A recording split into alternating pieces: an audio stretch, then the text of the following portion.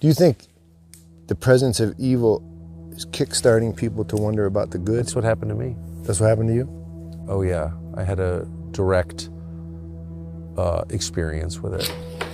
In the milieu of journalism, or just? Nope, in my bed at night, and I got attacked while I was asleep with my wife and 4 dogs in the bed and mauled. Physically mauled. In a spiritual attack by a demon? Yeah, by a demon. Hey YouTube world, Harvest is plenty. Thanks for stopping by to check out the video. So I have some information to share with you guys. It was a headline that I saw this morning. Today is November 1st, 2024. I woke up and saw this headline. It says, Tucker Carlson claims physically mauled by a demon while at Fox News. And I read through the article. And then I also saw this headline. Tucker Carlson says a demon attack left him bleeding in bed. I also got a chance to read through that article as well. And the first thing that came to my mind was the Kabbalah. As I told you guys before, that Tucker Carlson is a Cabalist.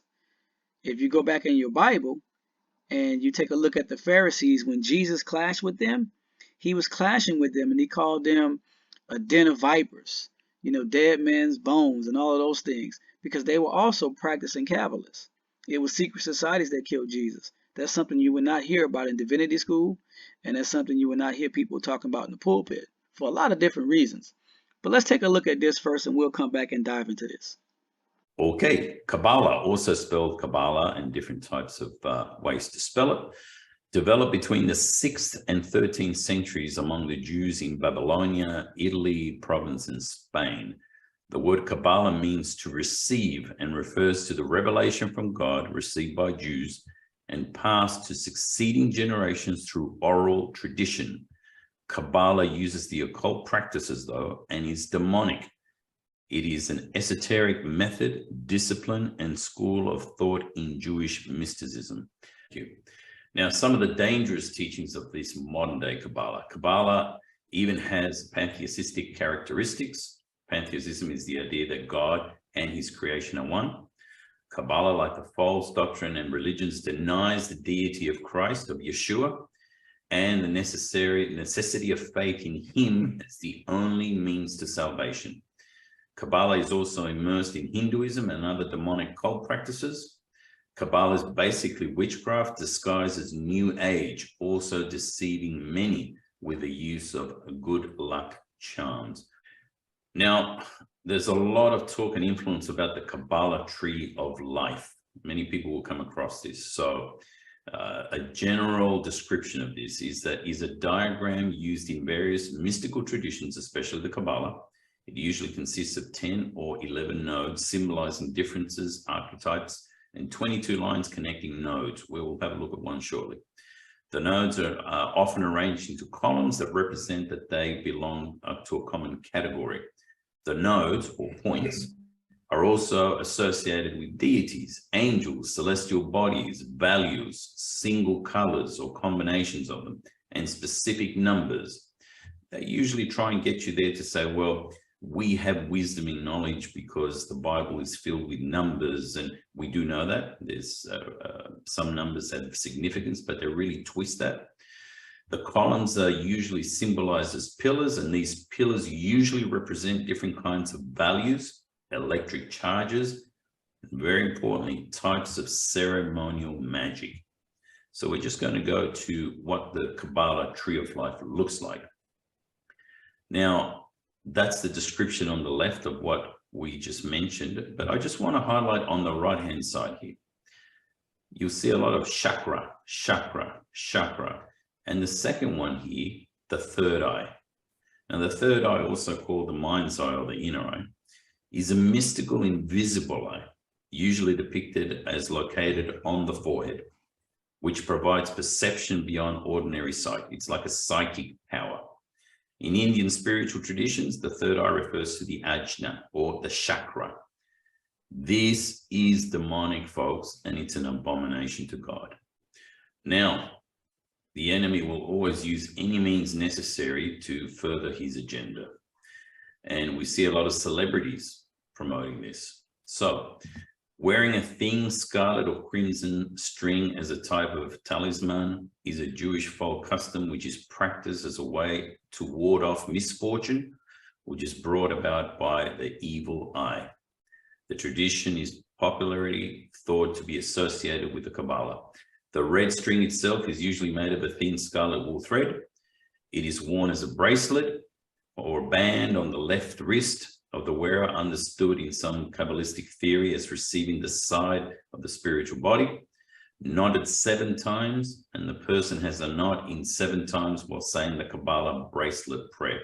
You see a few of the popular celebrities here, and Madonna is leading the way. She's even opened Kabbalah centers in New York and regularly goes to Israel. Very, very dangerous practice, but your comments, Brooke. The ancient patriarchs, now we've seen that they've turned the ancient patriarchs upside down into occultists in order to sell this to the people, of course, which Masonry has taught for many centuries and which it will continue to teach as long as time endures. Okay, thank you. Let's ask some questions and we'll ask Masonry to answer it. And the sources we will use are only the highest Masonic writings.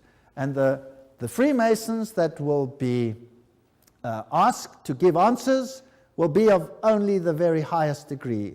So Albert Mackey, he wrote the Encyclopedia of Freemasonry.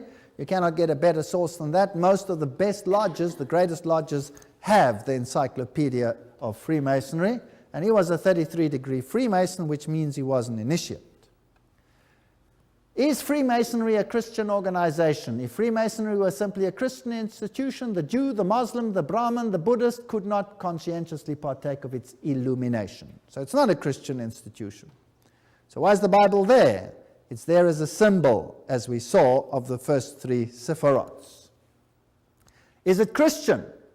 Freemasonry is not Christian, nor a substitute for it. Well, what is it then? Morals and dogma. Rejecting all the wild and useless speculations of the Zend-Avesta, the Kabbalah, the Gnostics, and the schools are the religion and philosophy of Masonry. You cannot get it plainer than that. Masonry is a search after light. The search leads us directly back, as you can see, to the Kabbalah. In that ancient and little understood medley of absurdity and philosophy, the initiate will find the source of many doctrines. All truly dogmatic religions, that includes Islam, Buddhism, Hinduism, all of them, have issued from the Kabbalah and returned to it everything scientific and grand and the religious dreams of all the Illuminati, the ones that are illuminated. This is Luciferian language. Jacob Boehmer, Swedenborg, St. Martin, and others is borrowed from the Kabbalah. All the Masonic associations owe to it their secrets and their symbols. Straightforward.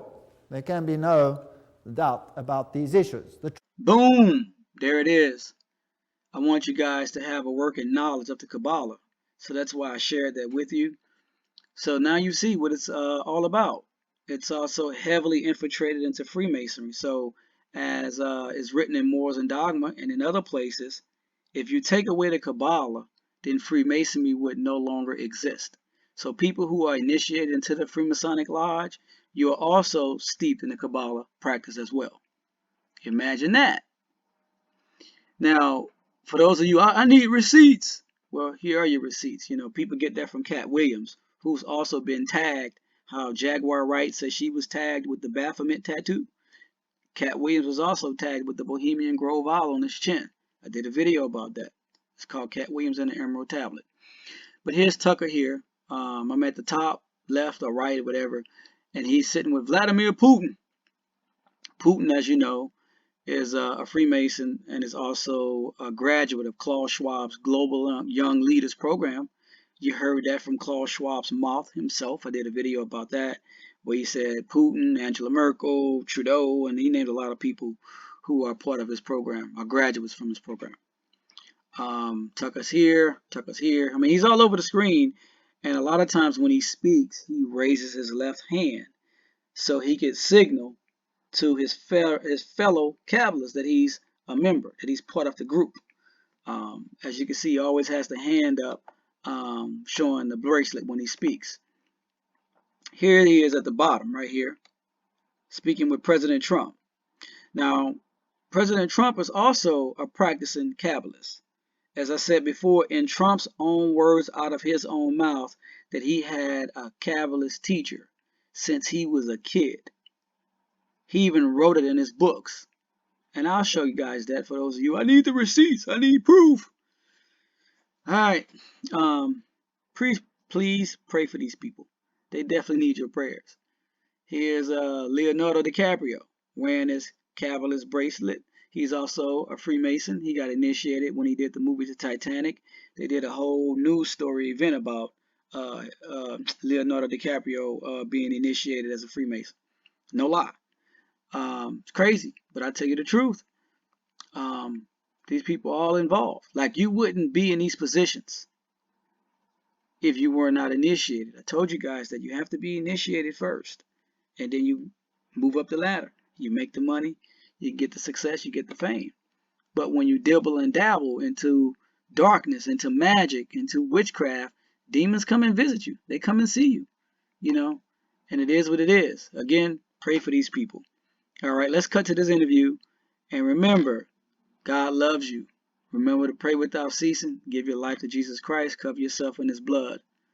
All right, until my next video, may God continue to bless you and your family. Do you think the presence of evil is kickstarting people to wonder about the good? That's what happened to me. That's what happened to you? Oh yeah, I had a direct experience with it. In the milieu of journalism, or just... Nope, in my bed at night, and I got attacked while I was asleep with my wife and 4 dogs in the bed and mauled. Physically mauled. In a spiritual attack by a demon? Yeah, by a demon. Or by something unseen that left... Is that right? Claw marks on my sides, on my... So it left physical marks? Oh, they're still there. Yeah, yeah. A year and a half ago. Was your wife terrified? I know you were. I wasn't. I was totally confused. I woke up and I couldn't breathe, and I thought I was going to suffocate, and I walked around outside, and then I walked in, and my wife and dogs had not woken up, and they're very light sleepers. And then I had these terrible pains on my rib cage and on my shoulder, and I was just in my boxer shorts, and I went and flipped on the light in the bathroom, and I had 4 claw marks on either side underneath my arms and on my left shoulder, and they're bleeding. Wait, they were bleeding? They're bleeding, yeah. No, they're actual claw marks. And I sleep on my side, so I wasn't clawing myself. I don't have long nails. And they didn't fit my hands anyway. But yeah, that happened. So I'm not from a world where things like that happen. I never heard of anything like that happening before. I had no idea what that was. I knew it was spiritual immediately. You did? Okay, that was gonna be my question. Yeah. I don't understand to this day. I'm not gonna put it You didn't try to refute the spiritual part in your own mind. You went right into the... Well, it didn't make any sense, and it doesn't now. But I'm not from a, what do they call it, faith tradition that talks about things like that or even acknowledges their existence. Like, there's nothing like that. I've never heard anybody say anything like that in my whole life. What was the next day like? Well, the next morning I woke up and I thought that was the weirdest dream I've ever had.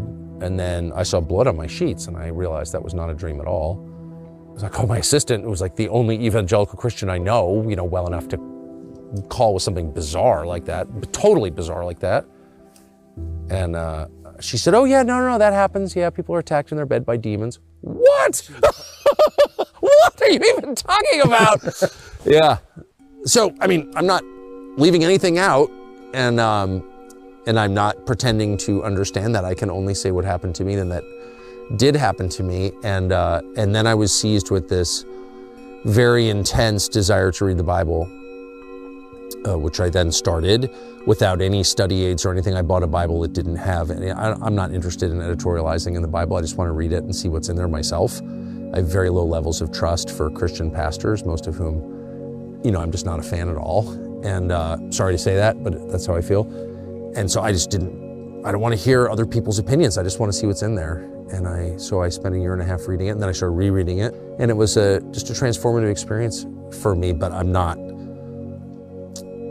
holding myself out as someone from whom you could get theological advice, because I'm Sure, not. of course. I don't know. I don't understand any of it, but yeah, that happened God to me. allowed the demon? I have no idea what happened. All I know is I was dead asleep with my wife and dogs, and I woke up with claw marks on my rib cage underneath my arms, and it didn't even make sense. My arms would, anyway, whatever. No one has to believe me, I don't care. It doesn't matter. But that happened to me, and so I just was like, wow, that's real. Whatever that is, I'm even not sure what it is. It's but very real. And so then that presence of that evil yeah. launches something.